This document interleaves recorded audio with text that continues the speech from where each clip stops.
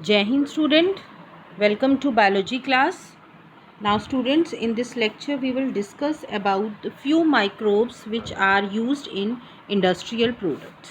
Okay, so microbes in industrial products, who all are the microbes which are used in industry for preparing various products. Now, for fermentative activity of microbes is usually used industrially to obtain a number of products. Okay so अगर हम process की बात करें तो fermentation process जो है basically it is used for the production of various number of products. For example beverages की बात करें like wine, beer, whiskey, brandy, rum. So a number of products are prepared in industry by the process of fermentation. Now industry में अगर हम बात करें microbes की सो हम उसे 3 कैटेगरी में डिवाइड कर सकते हैं. माइक्रोब्स का जो इंडस्ट्रियल यूज़ है that is the first is alcoholic fermentation में या फर्मेंटेड बेवरेजेस में. सेकेंड यूज़ है एंटीबायोटिक्स में. And the third is your chemical enzymes and other bioactive molecules. तो इन 3 फील्ड में, इन 3 इंडस्ट्रीज़ में माइक्रोब्स का यूज़ होता है in order to prepare different substances. Now first we will discuss about alcoholic fermentation. Okay, now let's start.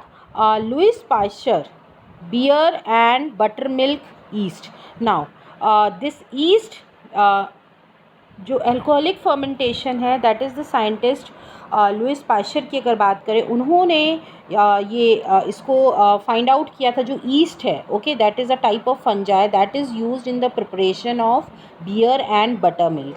Okay now जो for this purpose same yeast अगर हम बात करें सैक्रोमैसिस सेरेविसी जो कि हमने पढ़ा था अभी हाउस होल्ड में, Saccharomyces cerevisiae that yeast is used for making bread. Okay इसको हम कॉमनली ब्रूअर्स ईस्ट भी कहते हैं. And this brewer it is used for fermenting malted cereals and fruit juices to produce ethanol.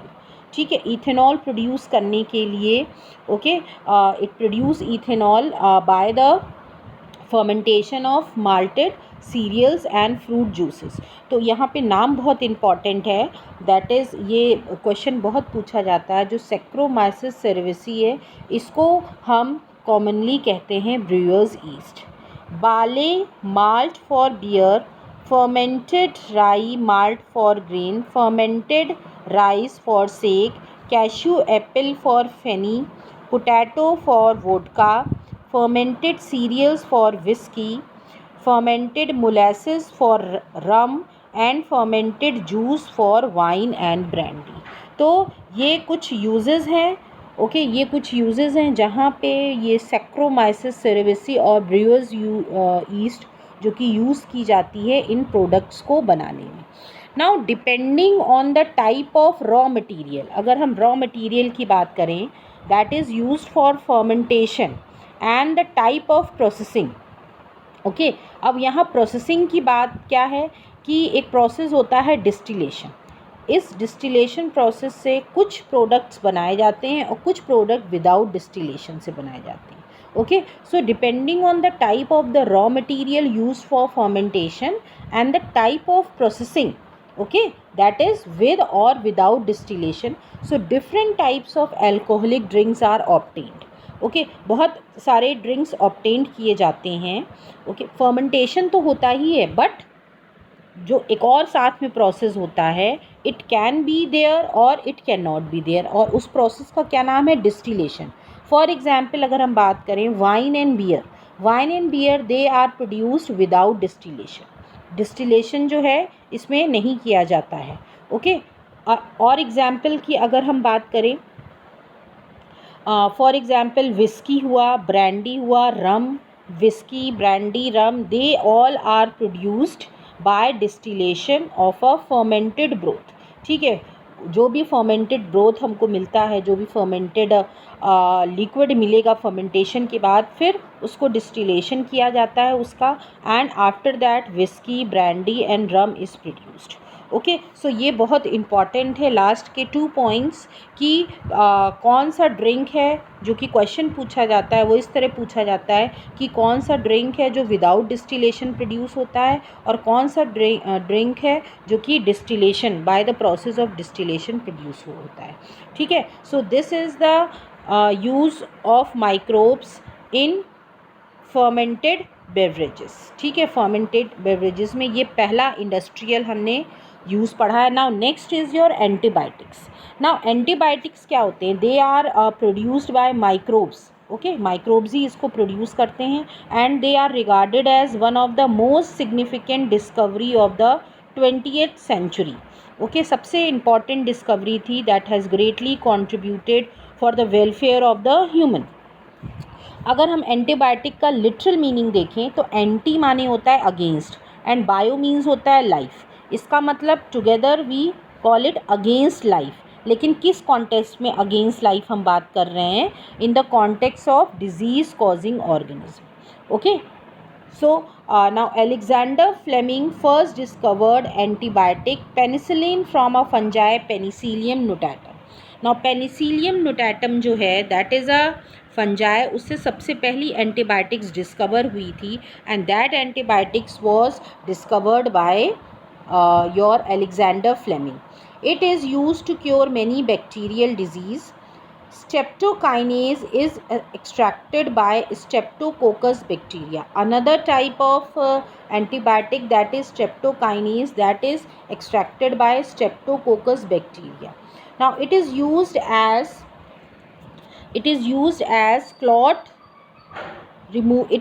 as clot buster for removing clots from the blood vessels of patients who have undergone myocardial infarction. Okay, तो ये जो अभी हमने जो बात किया that is your streptokinase which is extracted from your streptococcus bacteria. इसको हम क्लॉट बस्टर की तरह यूज़ करते हैं क्योंकि जब सर्जरी होती है तो उस समय क्या होता है या और भी बीमारियां होती हैं जिसमें क्लॉटिंग हो जाती है ब्लड की।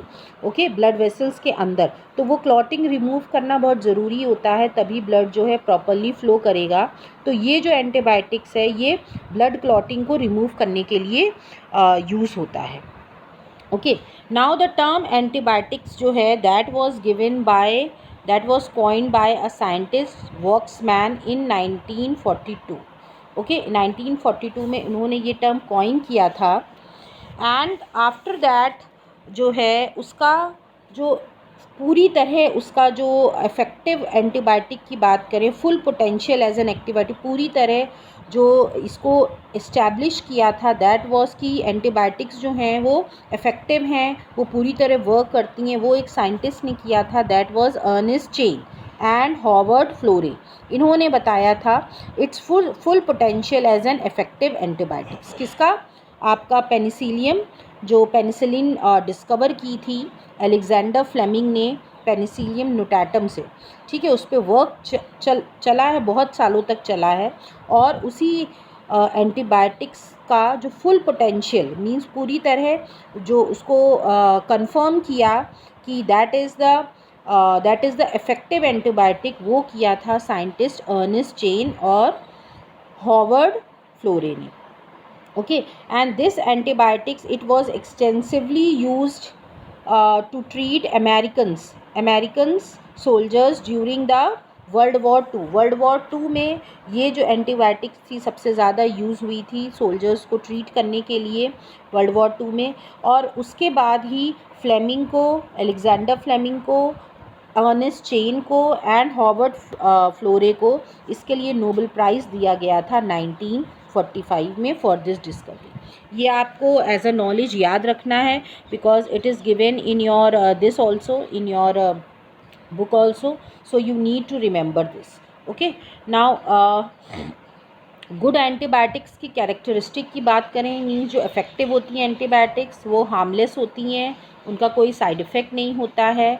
दे are harmless to normal microflora of alimentary canal, ability to destroy pathogen as well as broad spectrum, effective against all strain of pathogen quick action, तो किसी भी इफ़ेक्टिव एंटीबायोटिक्स के कोई भी साइड इफ़ेक्ट नहीं होता है, क्विक एक्शन होता है और पैथोजन को किल करने में सबसे ज़्यादा इफ़ेक्टिव होती है। Okay, so this is all about your industrial product, जिसमें हमने कवर किया है आपका fermented beverages and antibiotics. Now next lecture में हम कवर करेंगे आपका chemical enzymes and other bioactive molecules.